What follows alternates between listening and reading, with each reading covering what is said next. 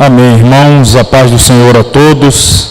Graças a Deus, eis-nos aqui reunidos mais uma semana para dar continuidade ao nosso 13º livro, os livros históricos, e hoje na nossa quarta aula, ou seja, penúltima aula. Vamos orar e dessa forma iniciar mais uma aula para a nossa edificação. Querido Deus e Pai, rogamos a bênção do Senhor sobre as nossas vidas nessa noite, gratos a Ti por mais este dia de vida, pela Tua proteção, pela Tua ajuda, Teu sustento, e aqui estamos reunidos na Tua casa para aprender mais da Tua palavra, dando sequência a esse estudo que tem sido importante, fundamental para nos alimentar espiritualmente. Então, nós agradecemos e pedimos a Tua ajuda, a Tua direção, a Tua iluminação nesta noite para as nossas vidas, no nome de Jesus. Amém. Página 39, capítulo 6, o 6º capítulo. Falaremos neste capítulo dos 2 livros das crônicas.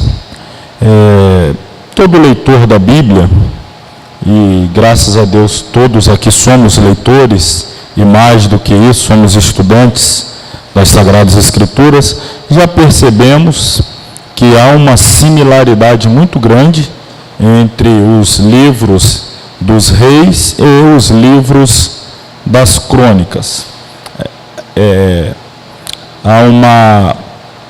Há muitas semelhanças, é quase que em algumas passagens, alguns episódios, algumas narrativas, é como se houvesse até uma repetição.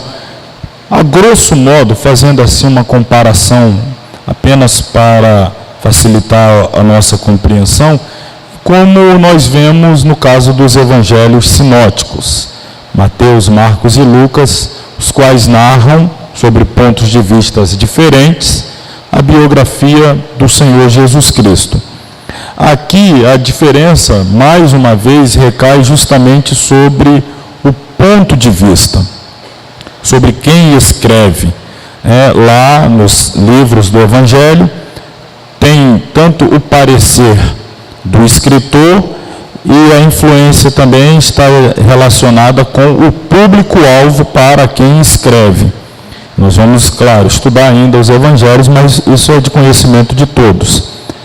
E há essa pertinência também, quando nós comparamos os livros dos reis e os livros das crônicas. A diferença é justamente aí vinculada a quem escreve. Nós vamos ver justamente isso daqui, já alguns slides adiante. Mas vamos começar aí na página 39, onde abrimos, a ver a questão da autoria. 1º e 2º Crônicas eram originalmente um só livro. Como a identidade do autor dessa obra não é explicitada em 1º nem em 2º Crônicas, muitos optaram por se referir a esse autor desconhecido simplesmente como o cronista. No entanto, Esdras é o candidato mais provável para a autoria de crônicas. A antiga tradição judaica do Talmud afirma que Esdras escreveu 1º e 2º Crônicas. Além disso, os versículos finais de 2º Crônicas, está lá no capítulo 36, versículos 22 e 23, repetem-se como os versículos iniciais do livro de Esdras, o capítulo 1, versículos 1, 2 e 3. Isso não apenas reforça o argumento que aponta Esdras como o autor dos livros das crônicas, mas pode ser também uma indicação de que Crônicas e Esdras tenham sido em algum momento uma única obra. Soma-se a isso o fato de que 1º e 2º Crônicas têm um estilo, vocabulário e conteúdos similares. Esdras era tanto escriba como profeta e desempenhou um papel significativo na comunidade de exilados que retornou à cidade de Jerusalém. Apesar de não podermos afirmar com certeza absoluta, é razoável assumir que o cronista tenha sido mesmo Esdras. Os irmãos se lembram a quem nós atribuímos, no estudo da semana passada, a quem é atribuído a autoria dos livros dos reis? Alguém lembra? Lembra, mas esqueceu, né? Lembrar eu lembro, só que eu esqueci, eu sei como é que é isso.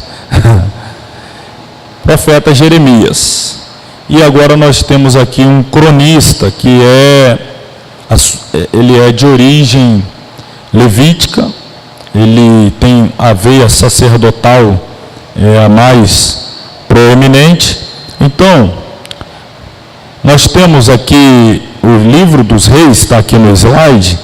Nós temos a narrativa dos fatos, pois como já antecipei, há um paralelismo, a história narrada em Reis, em Crônicas, com uma diferenciação que daqui a pouco eu vou dizer aos irmãos, mas basicamente é a mesma narrativa histórica, basicamente cobre o mesmo período de tempo.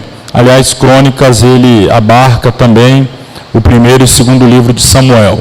Ele é um pouco mais extenso, então ele pega Samuel e os 2 livros dos reis. Mas as narrativas elas se assemelham. A diferença, como eu disse, é o ponto de vista. Em Reis nós temos a visão do profeta, e em Crônicas nós temos a visão do sacerdote.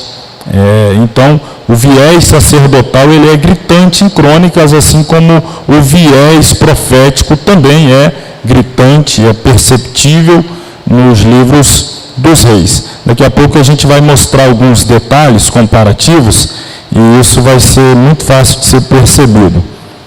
Em se tratando da esfera de ação, os livros das Crônicas vão desde a morte de Saul até o decreto de Ciro, abrangendo um período de 520 anos, ou seja, de 1056 até 536 a.C.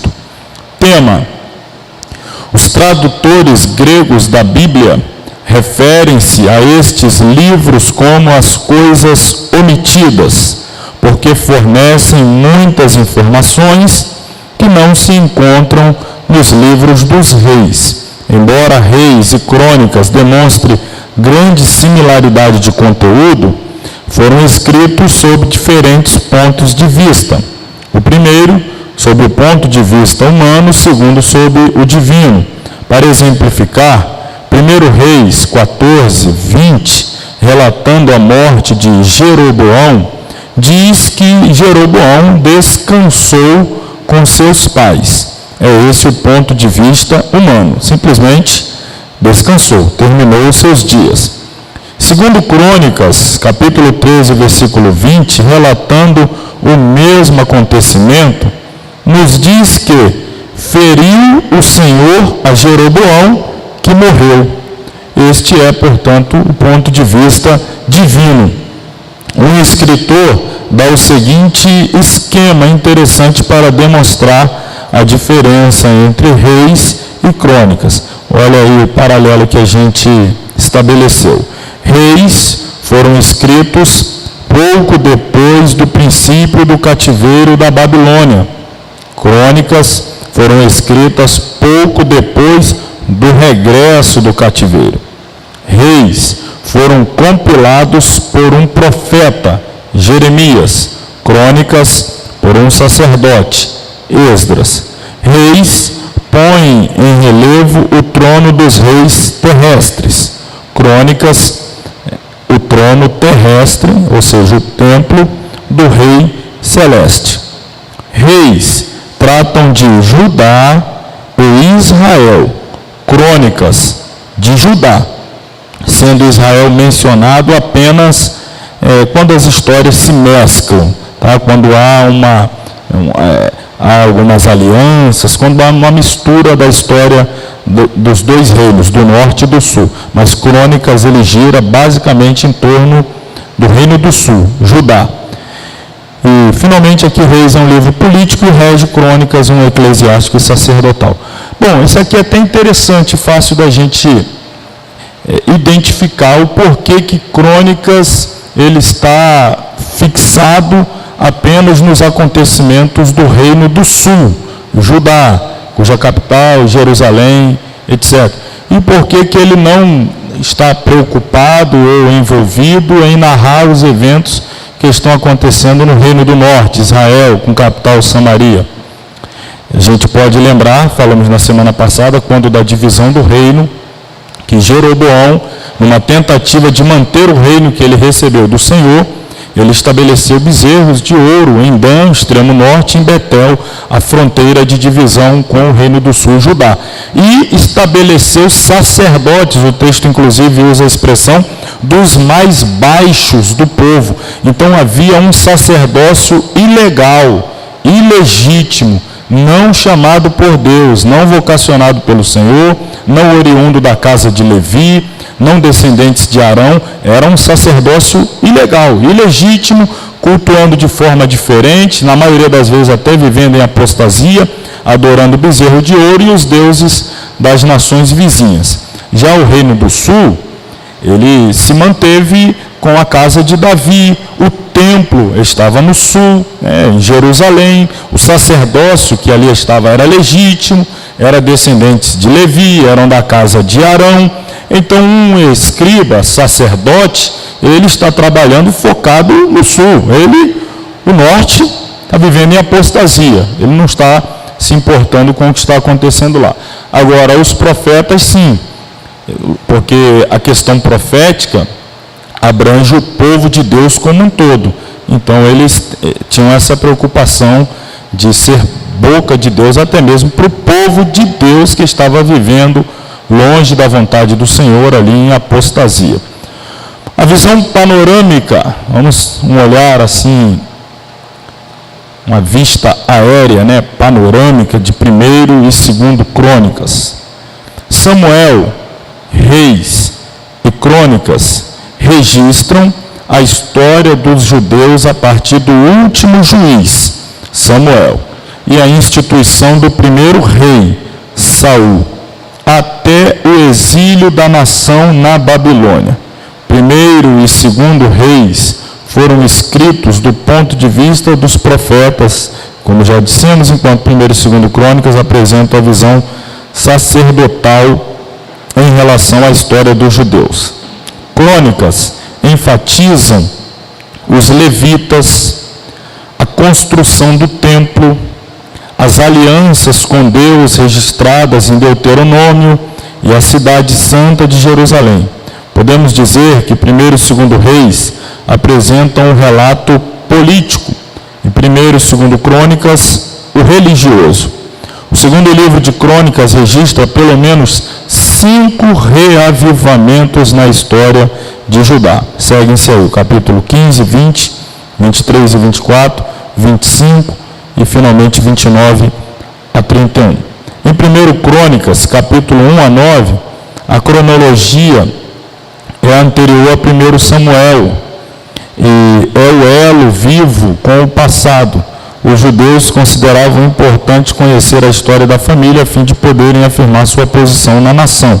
Isso é especialmente verdade em relação aos sacerdotes e levitas que serviram no tabernáculo e depois no templo. Isso aqui é uma daquelas outras partes da Bíblia que, em alguns casos, o leitor, o estudante, o leitor que está lendo a Bíblia toda, que coloca o propósito de fazer a leitura completa da Bíblia.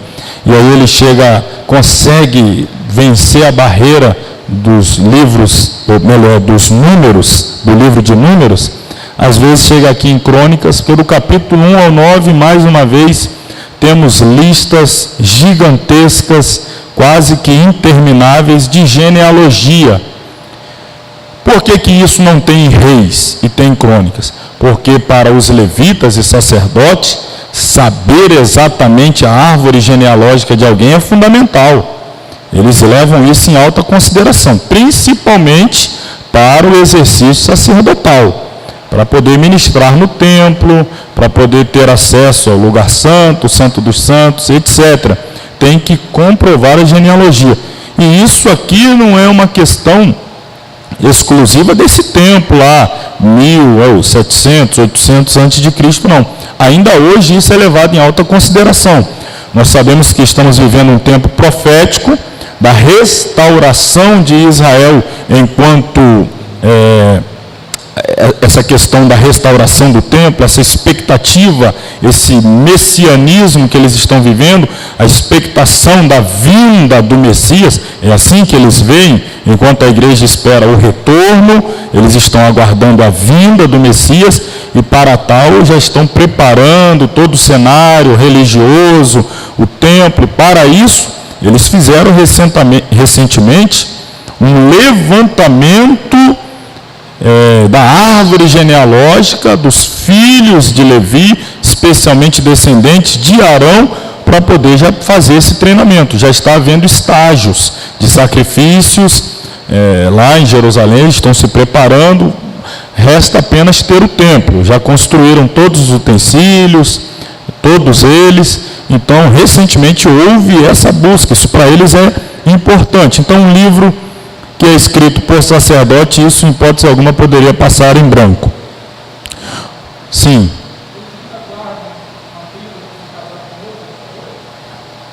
Uma tribo?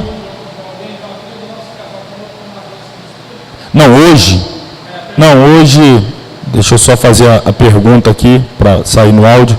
O irmão Sandro está questionando se ainda hoje há a preocupação de não haver casamento misto entre tribos, não entre judeus e gentios, mas entre tribos.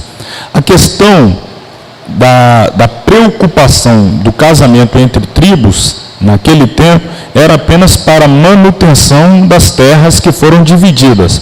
Hoje essa realidade, hoje Israel é o quê? É um país capitalista. Você vai ter judeu que tem muita terra, outro que tem pouca, você vai ter fazendeiros, outro que é camponês, você vai ter um que é mega investidor da Bolsa de Nova York, e o outro é um servidor público. Então, hoje eles estão vivendo o contexto do capitalismo moderno. Na verdade, essa questão da preocupação de casar-se na tribo era para que a posse da terra de determinada tribo, quando foi dividida na época de Josué, não passasse para outra tribo. Hoje a gente não conseguiria pensar nessa realidade hoje no Estado de Israel. Aliás, já nos dias de Jesus isso praticamente não existia. O território de Israel já havia sido dividido basicamente em 3 partes. O norte a Galileia, a região central Samaria e o sul a Judéia. Já não era compartimentada por tribos. Hoje, então, nem se fala. Então não há essa questão. Mas os levitas, os sacerdotes, estes precisam sim manter a sua árvore genealógica, vinculada, claro, à casa de Arão, para poderem ter direito a exercício sacerdotal no templo que eles esperam construir logo em breve. E diga-se de passagem, eu espero também, porque isso implica em dizer que Jesus breve voltará. E essa deve ser a expectativa da igreja. Não preocupado com o que vai ser do templo, o que vai acontecer lá, onde o anticristo vai entrar, mas olhando do ponto de vista da igreja, aguardando a volta iminente do nosso Salvador. Bom, o último parágrafo da página 41 diz que o escritor de 1 Crônicas recupera o relato da morte de Saul. É interessante observarmos o que ele omite do relato.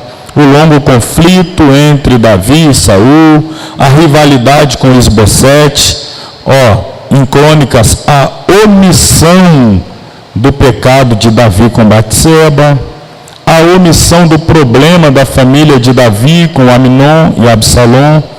Você só vai encontrar isso lá em Reis. Aliás, segundo Samuel. Aqui em Crônicas, ele não dá esses detalhes. O pecado de Salomão e muito da história dos reis de Israel. O reino do norte é praticamente toda omitida aqui no livro das Crônicas. O relato foca os reis de Judá e enfatiza a escolha de Deus, Davi e seus descendentes para reinar a partir de Jerusalém. Se estudar apenas os relatos de 1 e 2 Crônicas, você nunca saberá que Davi e Salomão pecaram. De acordo com o escritor de 2 Crônicas, não foi o pecado de Salomão que dividiu o reino, mas o esquema político de Jeroboão. As duas coisas são verdadeiras, mas é interessante ver o ponto de vista sacerdotal que quase idealiza Davi e Salomão. Afinal, Davi providenciou o dinheiro para a construção do templo, como também os cânticos, instrumentos musicais, além de organizar os levitas. E Salomão foi quem propriamente construiu o templo. Isso parece até fora da realidade da conjuntura, né, religiosa, a gente pensar espiritualmente como igreja, mas como assim? Há esse favoritismo, há essa omissão, esse protecionismo a Davi. Irmãos, nunca podemos perder de vista que, apesar da Bíblia ser um livro divino, foi escrito por homens. E alguns desses traços do caráter humano é revelado justamente na escrita. A gente percebe. Então, há um certo protecionismo por parte dos sacerdotes em relação a Davi e a Salomão, em virtude da contrapartida da dedicação deles com o templo, etc. Há uma certa omissão. Eles não querem entrar nos detalhes, mas aí Deus usou outros profetas, como Samuel, Gade, Natã, para registrarem nos livros que eles foram os respectivos autores, para registrarem estes episódios de denúncia profética. Mas isso acontece, infelizmente, isso é perceptível ao longo das Escrituras Sagradas. Esse protecionismo aqui que há por parte dos sacerdotes em volta das pessoas de Davi e Salomão, idealizando-os quase que como homens perfeitos. O cronista, ele, de fato, ele faz isso. Isso dá para perceber. O livro mostra que Deus abençoou o seu povo quando este obedece à sua vontade e disciplina-o quando lhe desobedece. O Senhor é verdadeiro com sua aliança, mesmo que o povo prove ser falso com ele. Quando a paciência de Deus acabou, ele entregou o povo de Judá para os babilônios e permitiu que o inimigo destruísse o templo e a cidade de Jerusalém. Segundo Crônicas, termina com uma cópia do decreto de Ciro, a permissão para que os judeus retornassem para a sua terra é dessa forma, paralelo ao início de Esdras.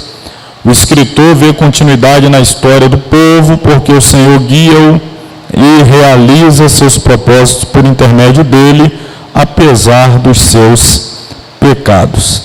Então, Crônicas, ele termina fazendo esse elo, essa conexão com a restauração do povo após os 70 anos do cativeiro babilônico. Isso tudo aqui é interessante a gente observar esses detalhes. Um outro detalhe que não muito tempo atrás, estudando, eu percebi, que Crônicas usa muito, quando ele vai se referir a um rei que era bom, ele dizia que o tal rei andou pelos caminhos de Davi. Quando ele queria dizer que um rei foi mau, ele dizia que imitou os caminhos de Jeroboão. Então, é uma idealização de perfeição. Davi e o protótipo de pecado, de rebelião, de abandono da vontade de Deus, de apostasia, é idealizado na pessoa de Jeroboão. E aí o cronista sempre faz esse paralelo. Quando o rei é bom, andou nos passos de Davi, imitou a Davi. Quando foi ruim, imitou a Jeroboão. Teve eu não me recordo agora, acho que foi o próprio Acabe, o pai dele, que não me recordo agora, que chega a dizer que conseguiu ser pior do que Jeroboão. Ele está querendo dizer que foi muito ruim mesmo, porque o protótipo de ruindade era o Jeroboão. Para ele dizer que conseguiu ser pior do que Jeroboão, é para dizer que era, de fato, muito ruim. Mas quando era bom, ele dizia que andou nos passos de Davi. Aí, olha, é claro, quando ele fala isso, ele só está apontando para o lado bom. Porque andar nos passos de Davi em totalidade, a gente sabe que tem os momentos aí que Davi, infelizmente, deixou a desejar. Vamos lá, vamos começar a fazer os nossos apontamentos nos 2 livros das crônicas, alguns textos que eu separei. E aí eu não podia pular, deixar passar batido a parte que diz respeito à genealogia. São 9 capítulos de genealogia, e eu selecionei uma parte da genealogia para a gente analisar aqui. Então abra aí sua Bíblia, no capítulo 6. Tem muita coisa interessante, tá, em genealogia, em crônicas. Dá para você pregar bastante.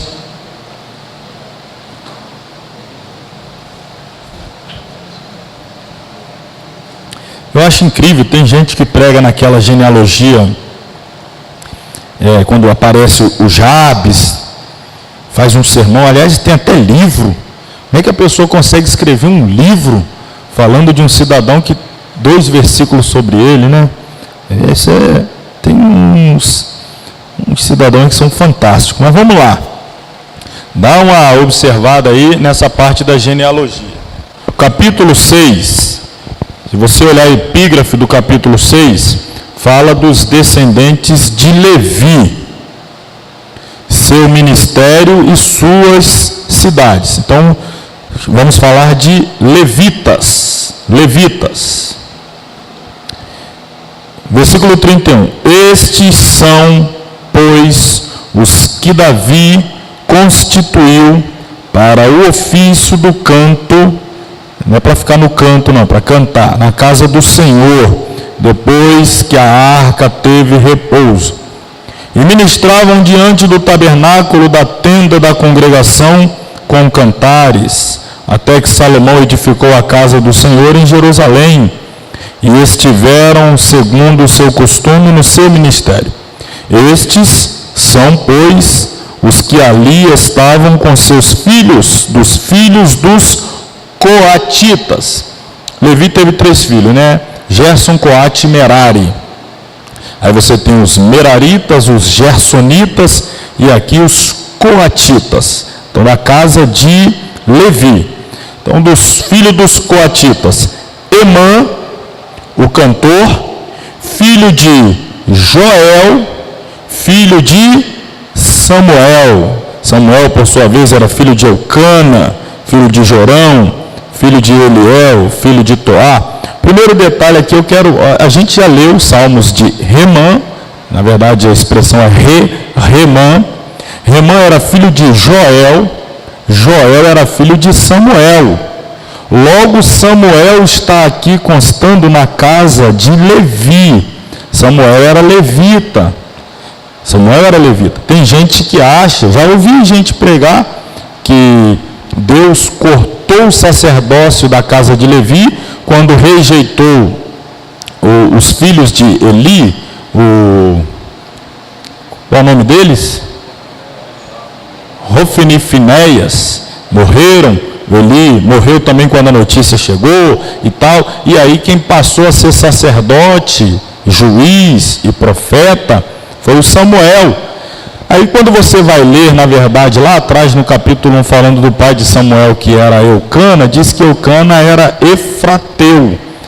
Aí então alguém pensa, então ele era da casa de Efraim? Não, Efrateu é uma região, mas ele era da casa de Levi. Está aqui na genealogia.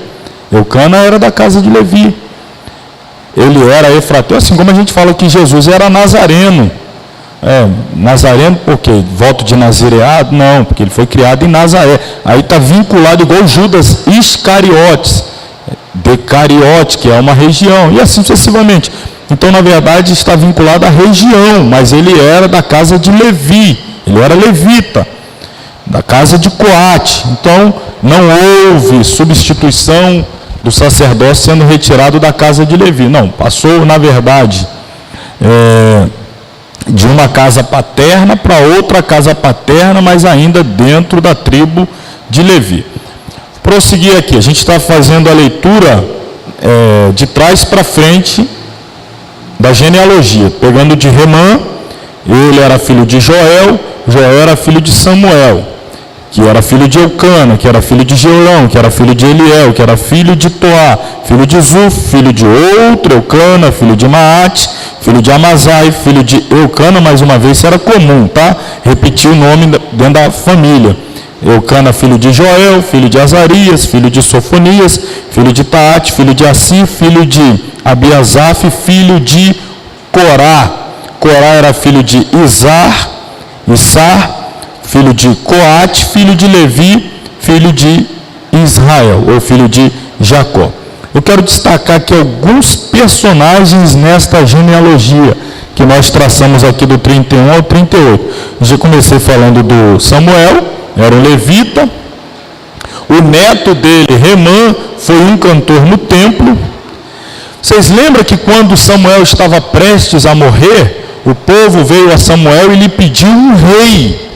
E o argumento do povo, entre outros, queriam ser como as outras nações, que tinham reis e tal, mas um dos argumentos que eles usaram tinha a ver com os filhos de Samuel. O que eles disseram dos filhos de Samuel?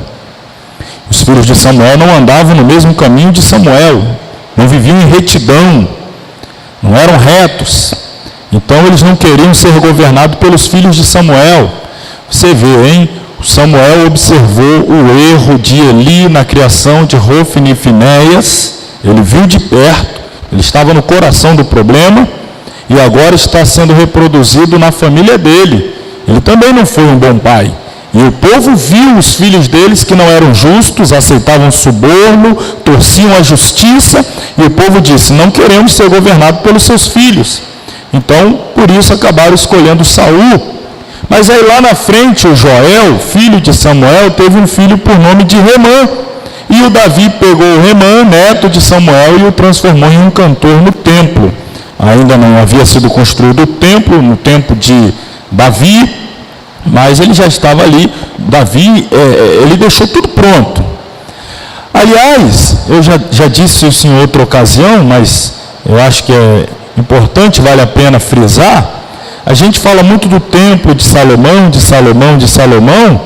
mas o Salomão nadou de braçada na construção daquele templo, porque Davi fez praticamente tudo.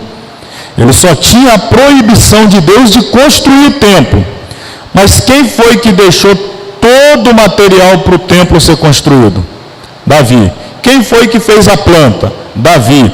Quem foi que preparou os turnos dos sacerdotes, dos levitas, dos cantores, dos guardas, dos porteiros? Davi.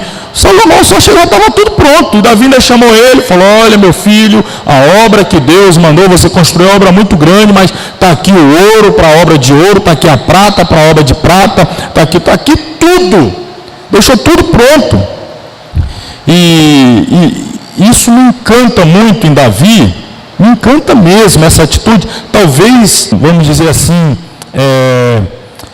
uma pista do porquê Davi era referido pelo próprio Deus como homem segundo o seu coração. Davi tinha um apego pelas coisas de Deus tão grande, que o tesouro pessoal dele, que ele ofertou para o templo, foi uma coisa extraordinária.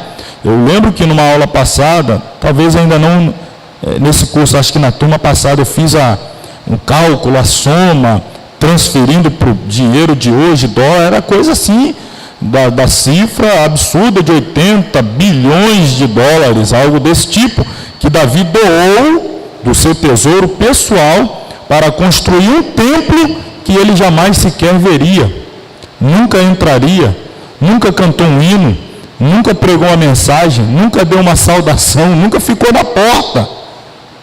Mas ele falou: eu vou deixar tudo pronto aqui para o templo, que eu nunca vou entrar, nunca vou ver, nunca vou apalpar, nunca vou cantar nele, não vou tocar minha harpa nele, não vou fazer nada, mas eu vou fazer algo maravilhoso para o meu Deus. A sinceridade, o apego dele às coisas que era ligado a Deus, o desejo de glorificar, de louvar a Deus, inclusive com os recursos. E digo mais, se a gente for fazer um apanhado de onde Davi conseguiu todo esse recurso para ser doado para a construção do templo, são recursos oriundos de despojos de guerra. Ou seja, Davi ia para a guerra, lutava, arriscava a vida para vencer a batalha, pegar o despojo e dar de oferta na casa do Senhor. Ele colocava a vida dele em risco para conseguir aquele montante para depois ser ofertado para a construção do templo. Então, é aqui um parênteses que eu abro e já fecho, acerca de Davi, que nos dá também algum vislumbre do motivo pelo qual Deus o chamava de homem segundo o seu coração. O coração de Davi estava nas coisas de Deus, no louvor, na adoração, no templo. Deus não permitiu que ele construísse, mas ele deixou tudo pronto, até a escala dos adoradores. E o Remã, ele entra aí. Outro detalhe, Samuel era descendente, a gente acabou de ver aqui, é o versículo de número 37. Isso é chuva? De bênção? De graça? Chuva de graça. Versículo de número 37. A gente está falando da genealogia, chegando no 37, filho de Taate, filho de Assi, filho de Abiasaf, filho de Corá, ou Coré. Quem lembra do Coré? Corá, Datã, Abirão. Aqui, cabeça da rebelião, lá do livro de Números, capítulo do número 16. Então, Samuel, ele vem de uma genealogia que lá atrás, rebeldes que tentaram usurpar a liderança de Moisés e principalmente a de Arão, queriam tomar o lugar por meio de uma rebelião, de um levante, ou seja, queriam de forma ilegítima, ilegal, tomar para si a honra que Deus conferiu a Arão, a Moisés, etc. Por que eu estou trazendo isso aqui? Eu disse para vocês que genealogia dá uma mensagem. A genealogia nos permite visualizar a misericórdia de Deus para com as gerações futuras de Corá. Não é porque Deus tem um problema com essa geração que a próxima geração vai ser perseguida pelo Senhor, ou que a geração seguinte, porque essa era abençoada, vai ser favorecida pelo Senhor. Cada um vai dar conta de si em sua própria geração. Deus olhou para o tempo de Corá de uma forma, porque eles eram rebeldes. E os filhos de Corá foram tão rebeldes, que Deus disse que não daria a eles lugar no templo. Sabe o que os filhos de Coré se transformaram? Se transformaram em porteiros do templo.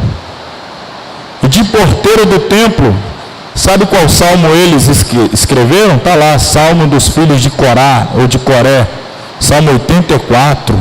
Em uma das frases do salmo eles dizem: mais vale um dia na porta da tua casa do que em qualquer outro lugar meu. O valor de ficar um dia na porta, isso aí é para quem é porteiro, ou para quem já foi porteiro, ou para quem vai ser porteiro um dia da casa do Senhor. Vale mais um dia na porta do que em qualquer outro lugar, milhares de dias. Vamos aqui para o segundo apontamento, o segundo destaque que eu quero trazer. No primeiro livro das Crônicas, capítulo 11. Davi é ungido rei, e a partir do versículo 10, nós temos aí aquela lista famosa dos valentes de Davi, que são levados junto com ele para assumirem postos de confiança. Olha que eu trouxe uma análise da história de Davi e seus valentes. Ajuda-nos a concluir que Davi certamente não chegaria onde chegou sem a bravura e a lealdade destes valentes. Foram homens que se uniram a Davi. Você se lembra quando ele estava sendo perseguido por Saul, quando ele estava vivendo como foragido, se escondendo em covas, em cavernas, dormindo em meio do mato, migrando de uma cidade para outra, às vezes recebendo até asilo político. Naquela época já tinha o tal do asilo político na terra dos filisteus, para fugir da perseguição de Saul. E nessa vida louca, né? Davi viveu um período de vida louca, só o Jesus.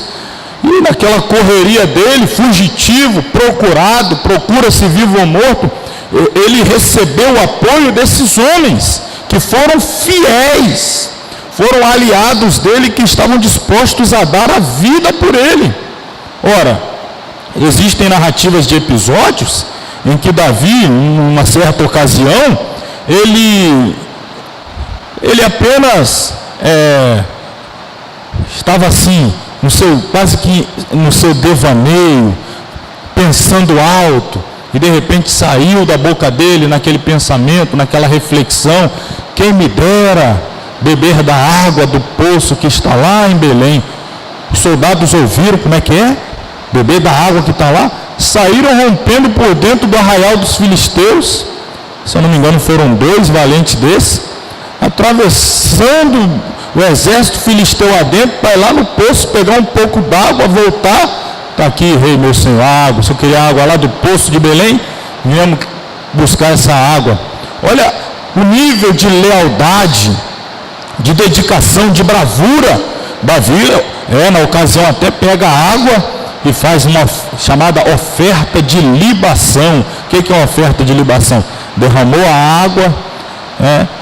Acho que você já foi daquele tempo que o pessoal falava: isso aqui é do santo, né? Não é essa mandinga aí não. Isso é oferta de libação, é diferente. Mas você sabe como é que vai. Isso aqui é do santo. Depois, não, Davi derramou tudo. Oferta de libação. Como é que eu beberia com tranquilidade essa água que custou a vida de você? Eu poderia ter custado. Ofereceu como oferta ao Senhor, aquela água, uma oferta de libação. Então eu estou mostrando aqui para vocês mais ou menos o destemor, a bravura, a lealdade, o compromisso desses homens com Davi. Quem tinha a promessa era Davi. Esses homens acreditavam na promessa que havia na vida de Davi. Quem tinha sido chamado era Davi. Esses homens acreditavam no chamado de Deus na vida de Davi. Quem estava sendo perseguido era Davi. O que os valentes têm com isso? Não, mas eles reconheciam a unção de Deus na vida de Davi e foram leais a ele naquele momento difícil. E o que é interessante observar, quando Davi ascende de fato ao poder, depois que Saul morre, há aquela desavença entre a casa de Saul e a casa de Davi. Isbosete tenta usurpar o trono e há uma batalha interna, mas Davi prevalece e finalmente ele reina 7 anos em Judá, depois mais 33 em Jerusalém, primeiro em Hebrom, depois em todo Jerusalém, um total de 40 anos de reinado.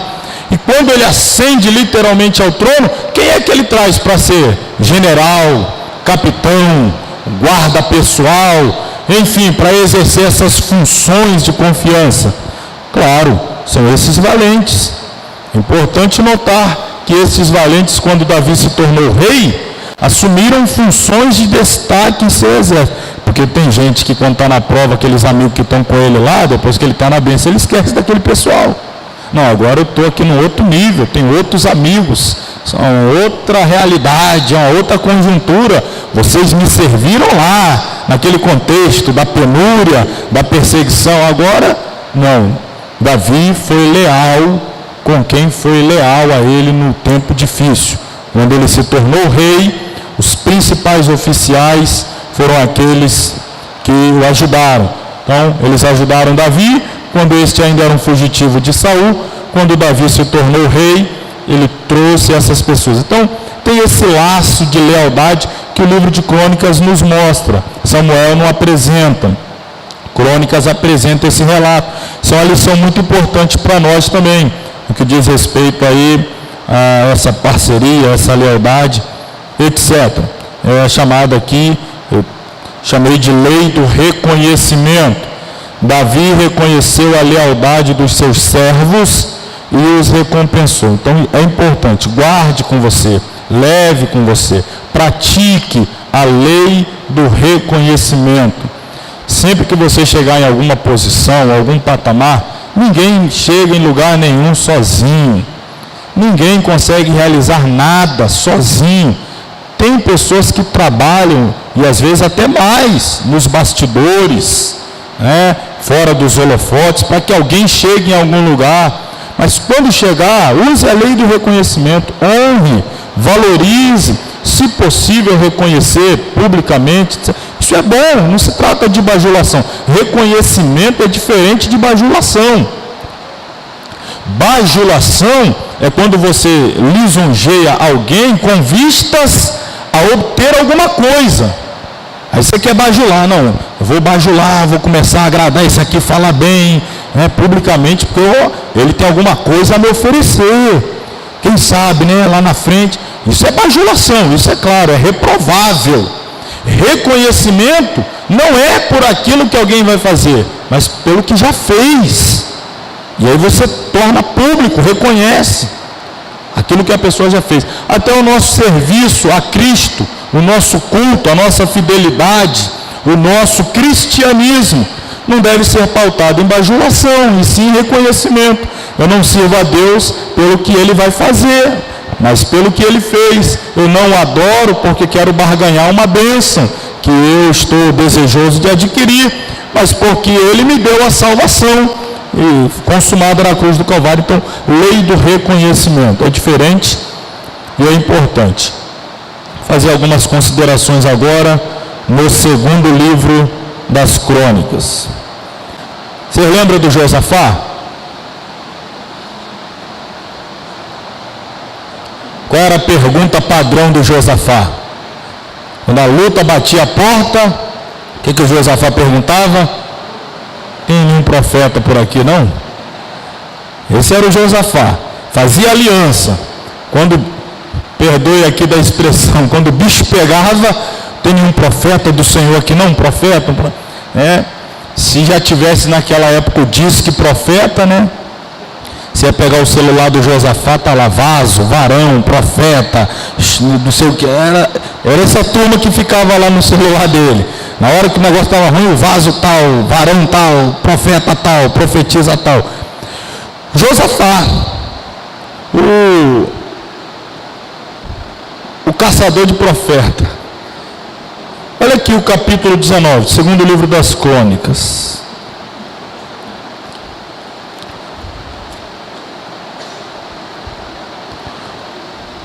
Versículo, eu vou ler 1 também, 1 e 2. Josafá, rei de Judá, voltou à sua casa em paz a Jerusalém. E Jeú, filho de Hanani, o vidente, um dos termos que era muito utilizado para profeta, Jeú, filho de Hanani, o vidente, lhe saiu ao encontro e disse ao rei Josafá, devias tu ajudar ao ímpio e amar aqueles que ao Senhor aborrecem? Por isso virá sobre ti grande ira da parte do Senhor. Eu vou ler de novo, versículo 2. Esse é o profeta, vou lembrar para você o contexto. Acabe chamou Josafá para se aliar com ele e ele para a batalha contra Ramote Gileade.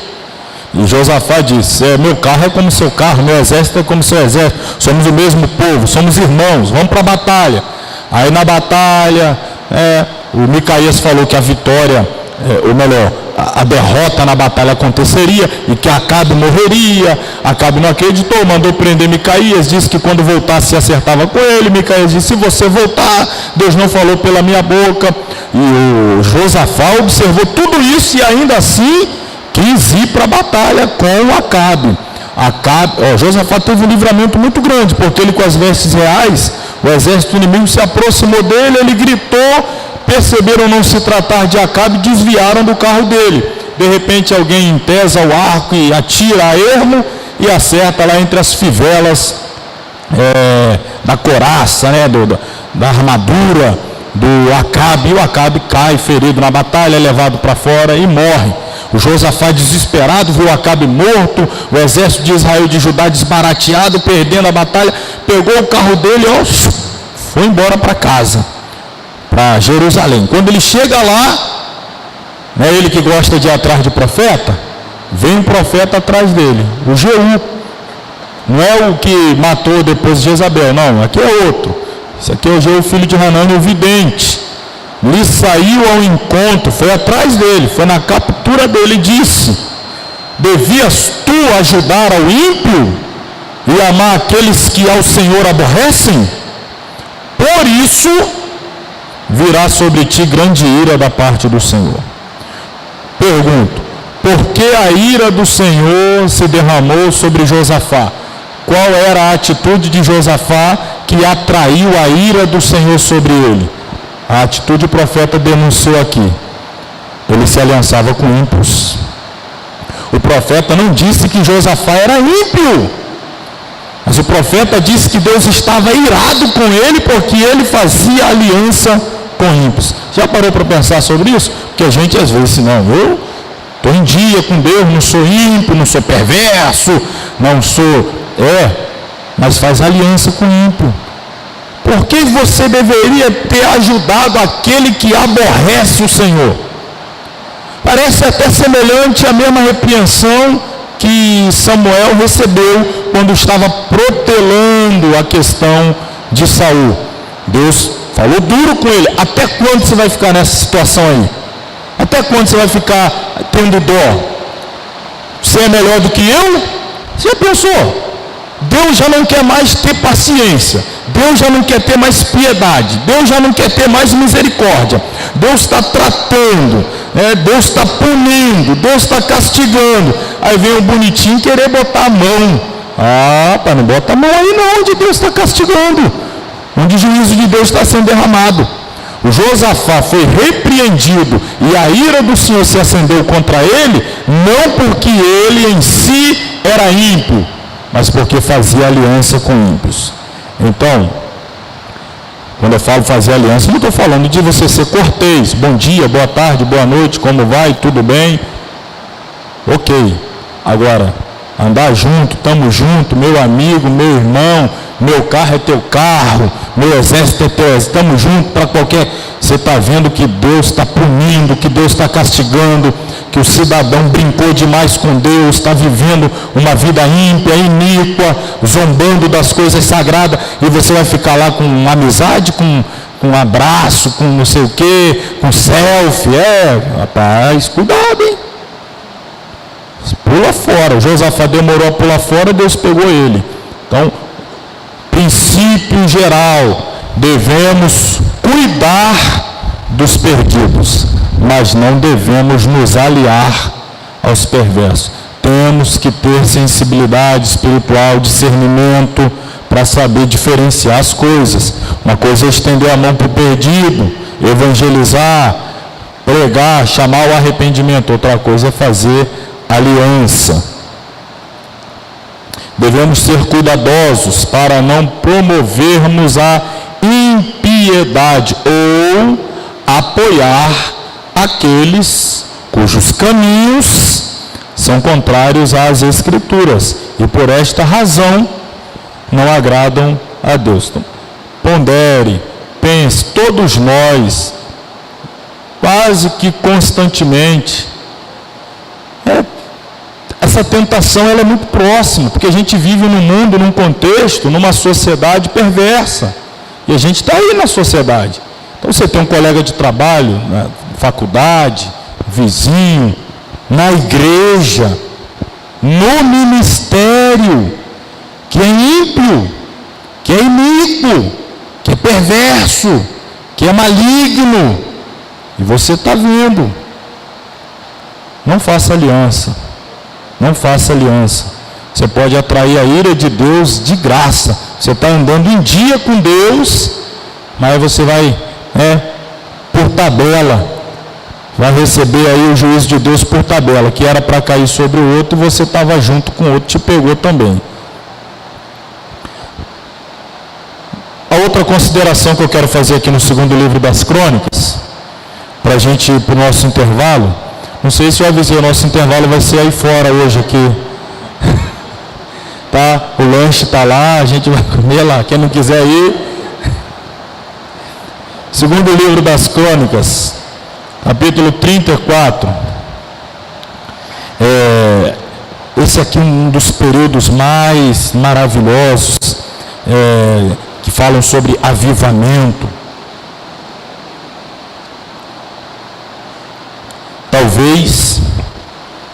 aliás, talvez não por certo, o último grande avivamento no período dos reis de Judá, de Jerusalém, Josias. Inclusive um homem que foi profetizado sobre ele lá na época da divisão do reino, na época de Jeroboão e Roboão. Foi profetizado que nasceria um rei cujo nome seria Josias, etc, etc. Então, alguém que já nasce debaixo da alcunha, do peso de uma palavra profética, era muito jovem, muito jovem, quando ascendeu ao poder, mas o coração dele era de fato inclinado ao Senhor, e ele vai provocar, ou liderar, melhor dizendo, um grande avivamento. Nesse avivamento, uma das coisas que ele pede para fazer é limpar a casa de Deus, o templo. Estava sujo, nos dois sentidos, literal e figurado, espiritual e fisicamente falando. As portas do templo estavam fechadas, trancadas, os cultos, as festas não eram mais levadas em consideração, não guardavam os dias santos, os sábados, as festas, Lua Nova, a Páscoa muito não se celebrava, vai ser celebrado no tempo de Josias. Então ele vai liderar esse avivamento que vai produzir uma grande limpeza no santuário, a purificação da casa de Deus. Ele contrata sacerdotes para que trabalhem. Os sacerdotes, eles não poderiam trabalhar no templo porque estavam trabalhando nas suas vinhas, nas suas lavouras, em virtude de que o povo não estava pagando os dízimos, e aí os levitas viviam dos dízimos, e como ninguém estava entregando dízimo, eles se viram obrigados a trabalhar. Então foi restaurada essa questão dos dízimos e as ofertas para a manutenção dos levitas, para que os levitas se ocupassem de trabalhar nas coisas sagradas, no templo. Enfim, cada um fazendo a sua parte. Ele foi colocando tudo no lugar. E aí, quando estavam limpando o templo, purificando, um dos líderes daquela reforma, que houve uma reforma espiritual, mas uma reforma literal. Pessoas depositavam dinheiros numa caixa que ele colocou para o pessoal trazer oferta para reformar. O templo estava caindo aos pedaços. E aí nessa reforma encontraram um buraco em uma parede do templo. Quando foram tatear naquele buraco, o que encontraram lá naquele buraco? Encontraram o livro da lei. Estava perdido dentro do templo. E isso não acontece só lá nesse tempo, não. Tem muitas igrejas hoje que tem gente que vai na igreja, deixa a Bíblia lá, vai embora. Tem salas aí de pastores que fica aquela pilha de Bíblia, que a pessoa esqueceu lá. O livro ficou perdido dentro do templo. A gente costuma dizer, essa Bíblia é crente mesmo, não sai nem da igreja, fica aqui direto, tão crente que é. O camarada vai embora, a Bíblia fica ali. Mas esse contexto aqui é outro. Cada um tem a sua Bíblia, o seu livro da lei, o seu rolo. Isso era raro. Isso era a responsabilidade dos levitas, dos sacerdotes. E o livro da lei se perdeu. De repente alguém achou perdido dentro do templo. Foram procurar. Isso aqui é a dimensão para a gente tentar mensurar, medir a apostasia de Judá. Esse fato aqui nos ajuda a medir. Tem até aquela história, da irmã que perde o óculos e aí vai procurar o pastor. O diabo está furioso comigo, o diabo está me perseguindo, eu perdi meu óculos, pastor. Isso é fúria do Satanás. Não acho meu óculos, já procurei em tudo que é lugar. Tem quanto tempo que a irmã perdeu esse óculos? Pastor, tem quase um mês, eu já procurei, virei, revirei, varri, limpei, acendi luz e tal. Pastor, vem aqui na minha casa orar, fazer uma oração, benzer, ungir, sei lá o quê. Não, pastor, o diabo está furioso. Aí o pastor vai na casa da irmã. Aí, pastor, ora aqui, ora ali, ora lá, ora lá. Pastor, não, antes de orar, vamos ler aqui um versículo da Bíblia. A irmã pegou a Bíblia dela, quando ela abriu o óculos lá dentro. Meu irmão, quanto tempo a irmã não mexia nessa Bíblia? Tem quanto tempo que a irmã não tocava nessa Bíblia? Por aqui você mede o nível do afastamento, da apostasia. O livro está perdido, o livro está jogado, o livro está esquecido.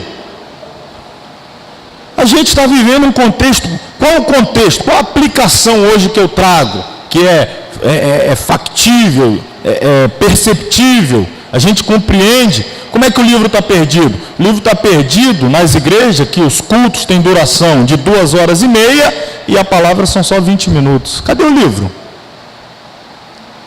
Onde é que foi parar o livro? E ainda quando começa a pregar, no meio da mensagem, o pessoal ainda vira as costas e vai indo embora. Parece que vai pregar a vida toda, nunca acaba, já tem 15 minutos aí falando, isso não acaba nunca. O livro está perdido, está deixado de lado. Então, a história da igreja demonstra os resultados do afastamento da Bíblia. Sempre que a igreja andou longe da Bíblia, se afastou da Bíblia, negligenciou a Bíblia, ela foi duramente provada, sofreu, e o avivamento, é claro, é o resultado do retorno à Bíblia. Então, quando o povo de Deus esquece a Bíblia e não tem a palavra de Deus em sua língua, em sua mente, em seu coração, ou mesmo quando os crentes deixam de ler a Bíblia que possuem, a decadência espiritual e as heresias são inevitáveis em sua Bíblia. O escudo é a Bíblia, a proteção é a Bíblia. Aqui o livro estava perdido. Então, conclusão aqui desta parte. A verdade é a seguinte: uma Bíblia não lida também é um livro perdido em casa. Está lá, perdido, está lá, escanteado, não lê, não medita. Então, o avivamento passa pelo apego à Bíblia, à palavra, e a apostasia passa justamente pelo abandono da mesma. Vamos encerrar aqui essa parte para irmos ao nosso intervalo e já daqui a 10 minutos retornamos para falar do capítulo 7, o livro de Esdras. Vamos lá então, página 43, capítulo 7. Vamos falar agora do Esdras. Deixaremos para a semana que vem Neemias e Esther. Autoria. O livro de Esdras, cujo nome provavelmente signifique o Senhor tem ajudado, deriva o seu título do personagem principal dos capítulos 7 a 10. O fato destes capítulos serem escritos na primeira pessoa indica que ele foi o autor.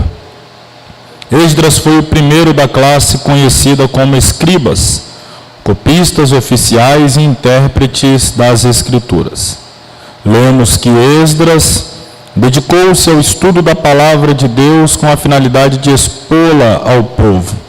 A ele foi atribuída a obra de pôr em ordem o cânon do Antigo Testamento, isto é, compilar num livro as Escrituras inspiradas.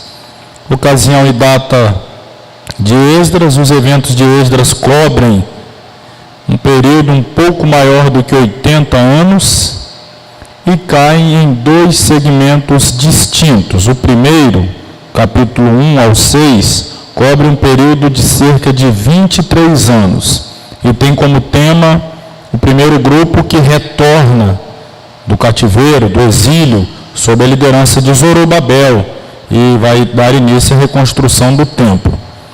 Depois nós temos a segunda parte, que cobre um período de mais de 60 anos do cativeiro.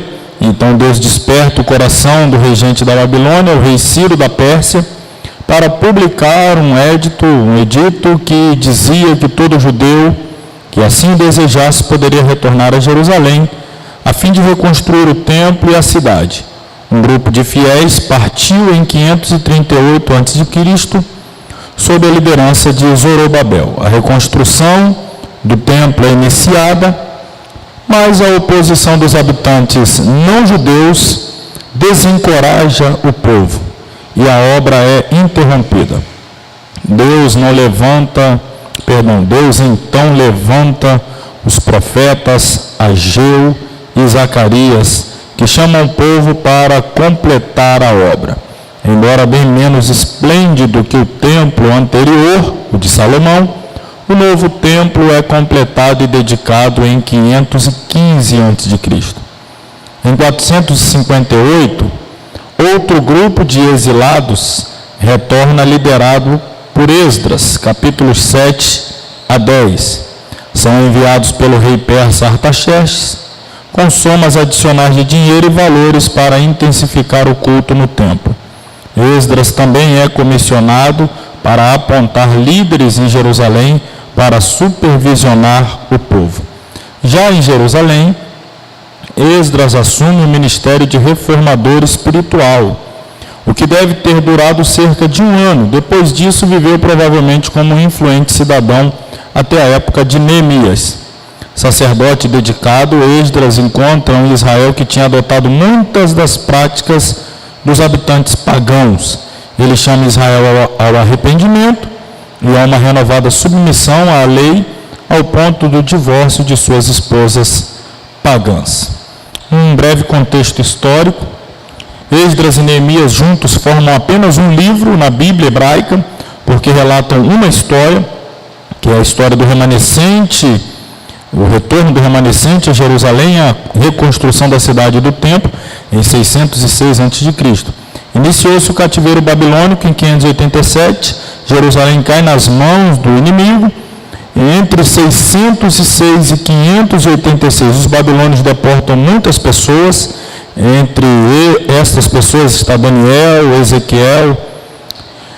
Jeremias prediz um período de 70 anos de cativeiro. Esse período estende-se do início da invasão, em 606, até o início do retorno do remanescente, em 536.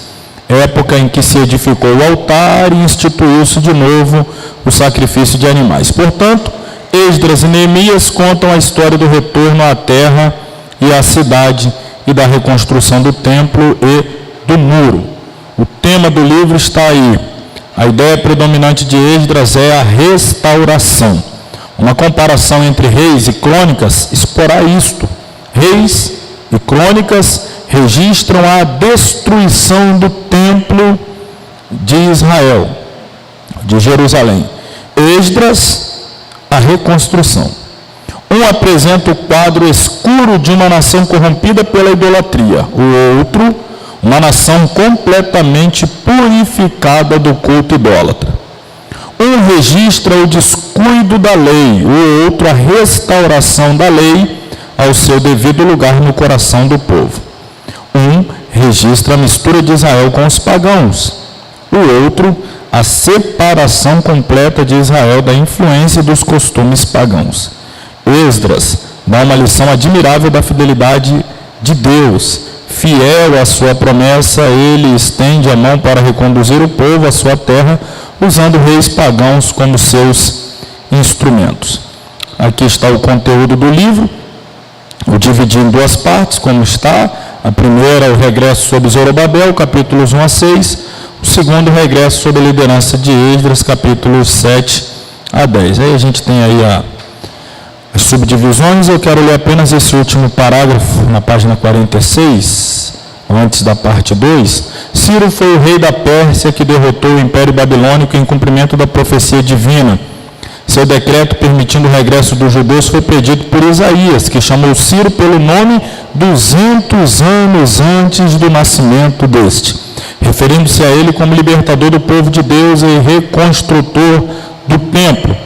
José, historiador judeu, relata-nos que Daniel mostrou estas profecias a Ciro e que o monarca ficou tão impressionado por elas e tão bem disposto para com o povo cativo que publicou um decreto permitindo-lhe voltar à sua terra.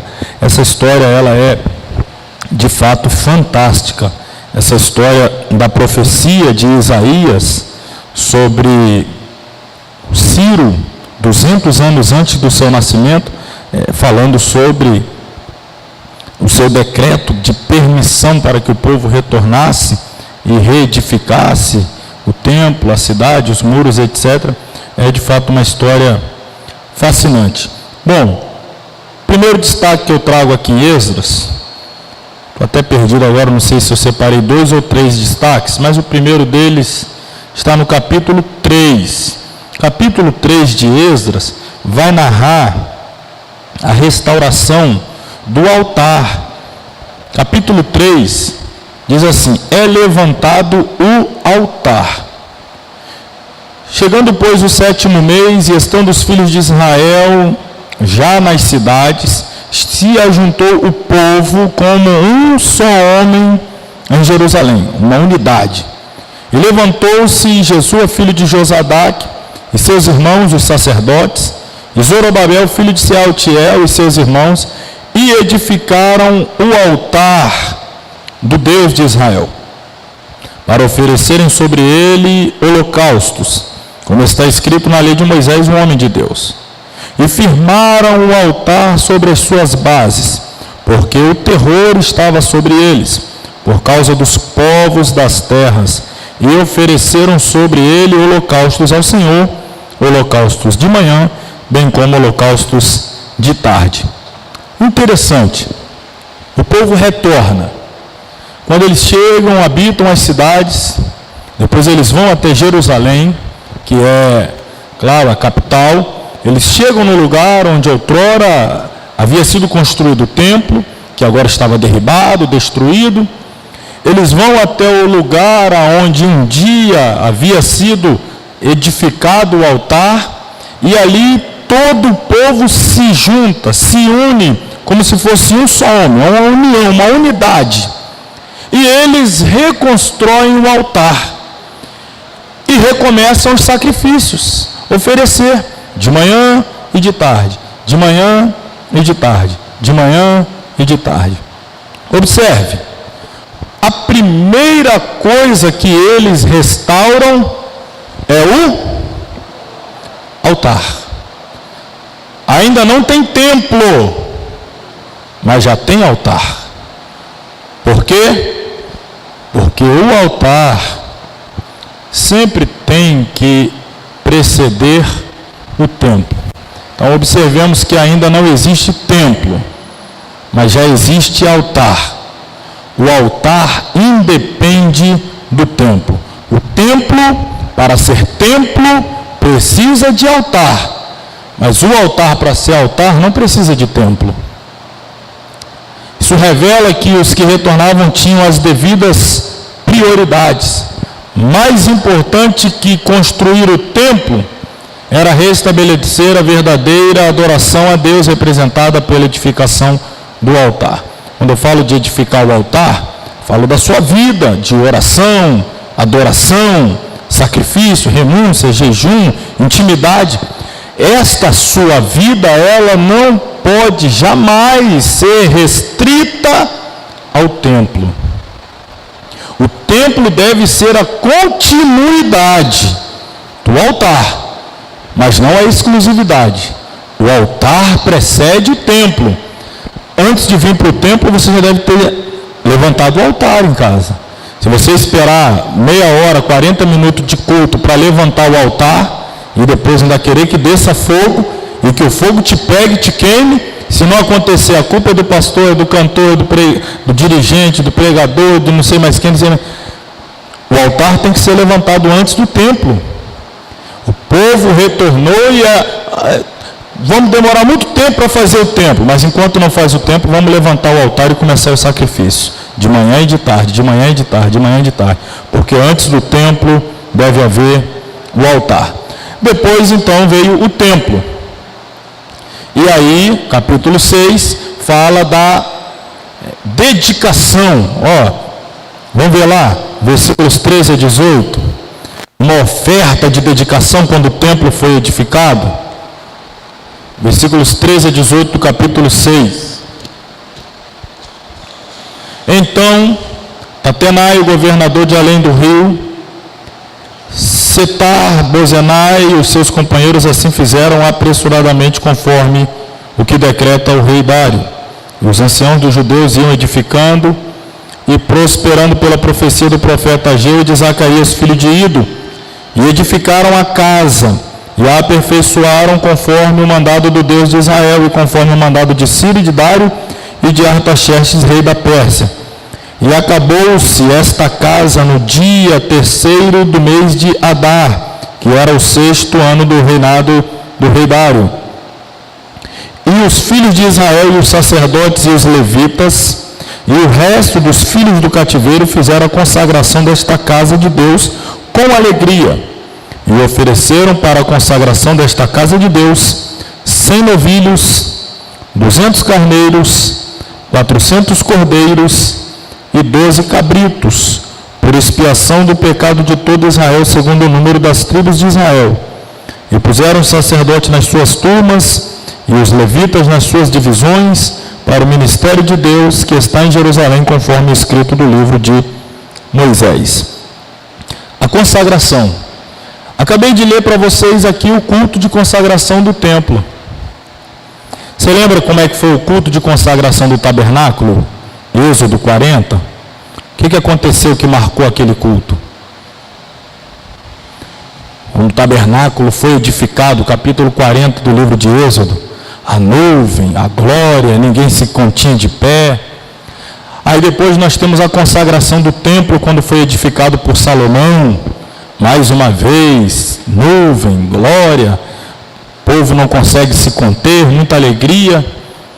E agora nós estamos tendo aqui um culto de consagração, dedicação do novo templo. Os sacrifícios, não sei se você percebeu, vou falar aqui no próximo slide. Ao invés de chorar por aquilo que não tinham, os judeus se alegraram por aquilo que tinham. E essa é sempre uma atitude de fé. Houve uma divisão quando o templo foi edificado. O grupo mais velho, mais idoso, lembrando do templo de Salomão e olhando para aquele novo templo, as palavras do escritor sagrado aquela nova casa era como nada em vista da outra que foi construída por Salomão. Então esses, comparando o que era na época de Salomão e o que era o novo templo reconstruído, começaram a chorar. Tristeza, desprezando aquela obra, aquele templo. Já os mais jovens, os mais novos, por exemplo, os que nasceram no cativeiro, eles gritavam, pulavam, aplaudiam, jubilavam. Por quê? Eles não conheciam o templo, eles conheciam o cativeiro. Agora tem um templo. Então, enquanto um grupo está chorando porque tinha algo grande, agora tem algo pequeno, um outro grupo está se alegrando porque não tinha nada e agora tem alguma coisa. Você vê a diferença do ponto de vista? E aí ficou, um gritava, chorava e o outro se alegrava, e aí disse que não dava para perceber o grito de um com o do outro, quem estava chorando, quem estava se alegrando. E a gente vai ver até lá na frente, quando estudarmos os profetas menores, é aí que entra o ministério do profeta Ageu, a sua terceira profecia, quando ele profetiza sobre a glória desta última casa, será maior do que a glória da primeira. Por quê? Porque na primeira, a de Salomão, entrou uma nuvem e encheu a casa. Na segunda, aquela simplesinha, não entrou nuvem, mas lá na frente, quem entrou nela foi o próprio Jesus. Jesus nunca entrou no templo de Salomão, literalmente, fisicamente falando. No outro templo, ele entrou. Aí eu pergunto, o que é melhor? Um templo grande com nuvem ou um templo pequeno com Jesus lá dentro? Não precisa responder. Vai que você gosta da nuvem aí, fica... Então, quando o rei Salomão, outro detalhe, a gente viu semana passada, quando Salomão consagrou o templo, olha o que ele ofereceu, 142 mil sacrifícios. A gente falou da vida de sacrifícios de Salomão, 142 mil. Você leu aí o sacrifício que foi ofertado por essa nova turma? Os remanescentes de Judá ofereceram 712. Salomão, 142 mil. Essa nova turma, 712. Salomão era muito rico. Aqui são ex-escravos. Salomão era o homem mais poderoso da terra, humanamente falando. O seu império era o maior. Era a época de ouro do império, ou do reino de Jerusalém. Agora a gente está falando de um grupo de ex-cativos, ex-escravos retornando. E aí o interessante É esse detalhe. O mesmo Deus que aceitou a oferta de Salomão, aceitou a oferta daquele povo. Aceitou as 2 moedas da viúva, e ainda disse que foi a maior, porque não foi sobra, foi tudo que tinha. Então era o que eles tinham. O mais importante, porém, é que ofereceram 12 bodes como ofertas pelo pecado, um para cada tribo, pois com essa atitude eles estavam demonstrando um desejo mesmo de perdão, pedido de perdão, arrependimento, para que o Senhor perdoasse seus pecados e lhe desse a oportunidade de recomeçar. É isso que estava contando, e Deus os perdoou. Finalmente, capítulo 9, versículo 1 a 10, esse texto aqui, ele é fascinante. A narrativa dele é extraordinária. Olha só, para a gente já encerrar. A epígrafe do capítulo 9 diz que Esdras sabe que muitos israelitas casaram com mulheres hetéias e faz oração e confissão a Deus. Acabadas, pois, essas coisas, chegaram-se a mim os príncipes, dizendo: o povo de Israel, os sacerdotes, os levitas, não se têm separado dos povos desta terra, seguindo as abominações dos cananeus, dos heteus, dos fariseus, dos jebuseus, dos amonitas, dos moabitas, dos egípcios e dos amorreus, porque tomaram das suas filhas para si e para seus filhos, e assim se misturou a semente santa com os povos desta terra. E até a mão dos príncipes e magistrados foi a primeira nesta transgressão. Os primeiros a cometer esse pecado, os príncipes e os magistrados. E ouvindo eu, Esdras narrando, ouvindo eu tal coisa, rasguei a minha veste e o meu manto, arranquei os cabelos da minha cabeça e da minha barba e me assentei atônito. Você consegue imaginar um camarada desesperado dessa maneira? Arrancando o cabelo da cabeça e da barba, puxando, arrancando, rasgando as vestes. Olha o desespero pelo pecado. Alguém que olha a atitude dele, esse cara está doido, esse cara precisa ser internado. Olha o desespero de alguém diante de uma informação de que o povo está em pecado. Olha a atitude de Esdras. O zelo pelo Senhor dele é tamanho que a atitude dele é uma atitude, no mínimo, esquisita. Rasgar as vestes, tudo bem, já é tradicional. Começou a arrancar os cabelos da cabeça, da barba. Então se ajuntaram a mim, versículo 4, todos os que tremiam das palavras do Deus de Israel, por causa da transgressão dos do cativeiro. Porém, eu me fiquei assentado atônito até o sacrifício da tarde.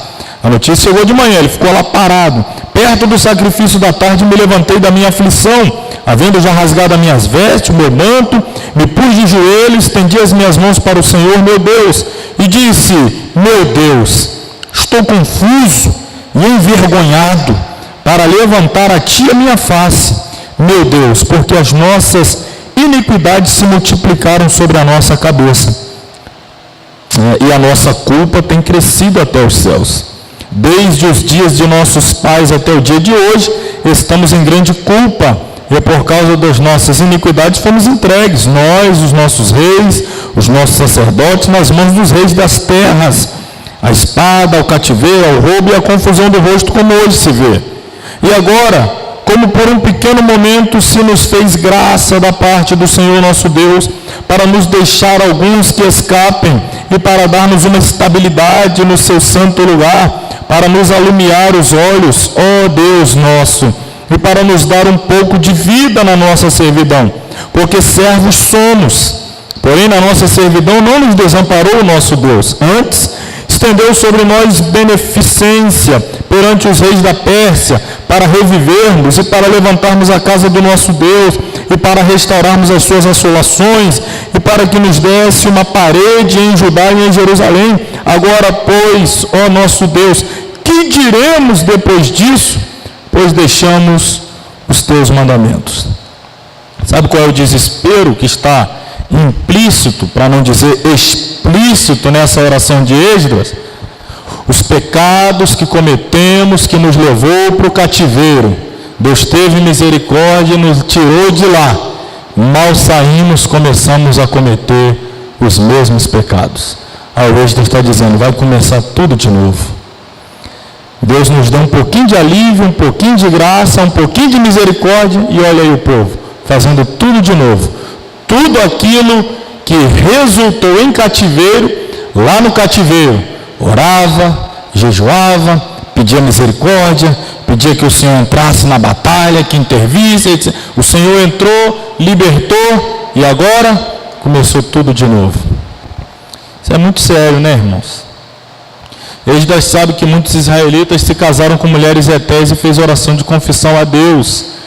Esdras expressa preocupação pelo fato de Israel estar repetindo o padrão de pecado que o levou ao cativeiro há menos de 100 anos passados. Então, Esdras, ele é um exemplo de liderança intercessora. Ele entra na brecha, ele ora pelo povo, ele intercede. Ele está vendo o povo pecar e ele ora como que o pecado fosse dele também.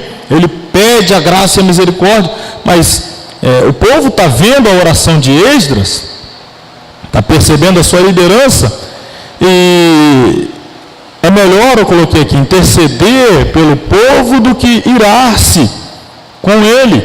A liderança intercessora identifica-se com os pecados do povo, confessa-os como se fossem seus. Todo líder que toma frente na hora de confessar os pecados, torna-se um exemplo para o povo. Tá? Porque pecado por pecado, falha por falha, erro por erro, todos cometem. Mas quando o povo sabe que o líder é sincero, e ele é o primeiro a tomar a frente, pedir perdão, confessar, pedir misericórdia, o povo vai seguir o mesmo caminho. Vai ser um povo quebrantado, um coração aberto, vai confiar no líder, porque vê nele transparência. Agora, um líder que assim não faz, ele perde o respeito e a credibilidade do povo. Para concluir, destaquemos as características morais de Esdras. Um dos versículos favoritos meu da Bíblia, hein? Esdras 7:10. Porque Esdras tinha preparado o seu coração para buscar a lei do Senhor, para cumprir e para ensinar em Israel os seus estatutos e os seus direitos. Esdras preparou o coração para primeiro buscar a lei, depois ensinar, depois praticar, depois ensinar. Tem que ser sempre nessa ordem. Primeiro buscar, depois praticar, para depois ensinar. Se você busca e ensina sem praticar, você não pode ensinar. Se você quer ensinar sem ter buscado e sem ter praticado, você não pode ensinar. Esdras primeiro buscou, depois ele viveu, para depois ele ensinar. E aí quando ele ensinava, o povo sabia que ele praticava, e sabia que ele tinha buscado, então ouvia os ensinos de Esdras. Semana que vem você vai ver uma pregação de Esdras. Esdras pregou, começou a pregar às 6 horas da manhã. Terminou de pregar meio-dia. O povo estava em pé no sol. No final ficou todo mundo de joelho com a cara no chão. E fizeram, sabe o quê? Pediram para ele voltar e pregar mais 7 dias. Quem não quer ser um pregador igual Esdras, hein? Precisou pregar de 6 da manhã até meio-dia. E no final o pessoal, prega mais 7 dias para a gente. Gostamos da sua mensagem. Em pé, no sol. Isso aí está no livro de Neemias que a gente vai falar semana que vem. Então, hoje concluímos a nossa 4ª aula. Vamos, sem delongas, estar de pé para orar, agradecer a Deus, inclusive agradecer ao Senhor por essa oportunidade de estarmos aqui nesta casa, que nos preparou para nosso estudo. Semana que vem não falte a nossa última aula deste livro. Tá? E depois não teremos aula na semana seguinte, que é o dia 25, e retornaremos no dia 2. Querido Deus e Pai, rendemos graças ao Teu nome, Te louvamos, Te bendizemos, por mais esta oportunidade de nos reunir, estudar e aprender a Tua Palavra. Da mesma maneira que nos guardaste, nos protegeste para nos trazer até aqui, eu clamo e eu rogo a Tua proteção, o Teu auxílio, a Tua direção no retorno aos nossos lares. Leva-nos em paz, protegidos e guardados pelo Senhor. Que possamos ter um restante de semana, uma sequência de semana na Tua presença, louvando e bendizendo ao Teu santo nome. Abençoe a cada um. Nós agradecemos por tudo, no nome de Jesus. Amém. Que o grande amor de Deus, a graça do nosso Senhor e Salvador Jesus Cristo, bem como a comunhão e a consolação do Espírito Santo, sejam com todos os que amam e aguardam a breve volta de Jesus, e todos digam amém. Amém. Deus abençoe a todos, em nome de Jesus.